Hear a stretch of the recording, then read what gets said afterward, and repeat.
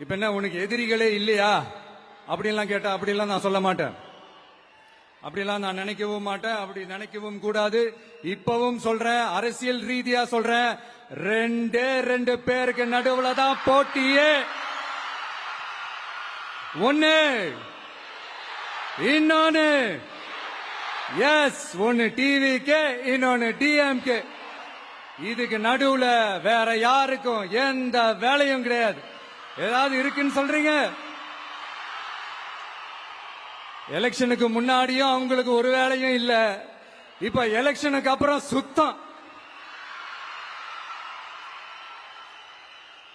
ஆனா இந்த திமுகவும் மற்றும் பலரும் ஒன்னா சேர்ந்துகிட்டு இந்த விஜயோட ஆட்சி வந்துடக்கூடாதுன்னு சொல்லி ஒரு கூத்து ஒண்ணு பண்ணாங்களே, அந்த கடைசி 5 நாள் அடாடாடாடா, நமக்கெல்லாம் ஓஹோ இப்படியெல்லாம் கூட நடக்குமோ என்ன கூத்துங்கிறீங்க.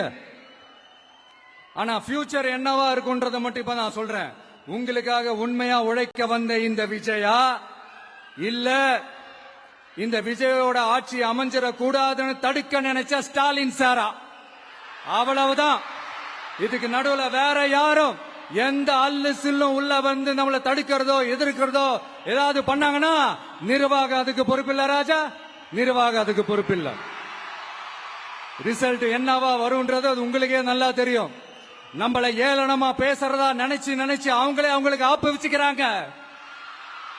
திமுக நம்மளை தடுக்க, திமுக நம்மளை எதிர்க்க, திமுக நம்மளை அவமானப்படுத்த அத்தனையும் நமக்கு நன்மையே.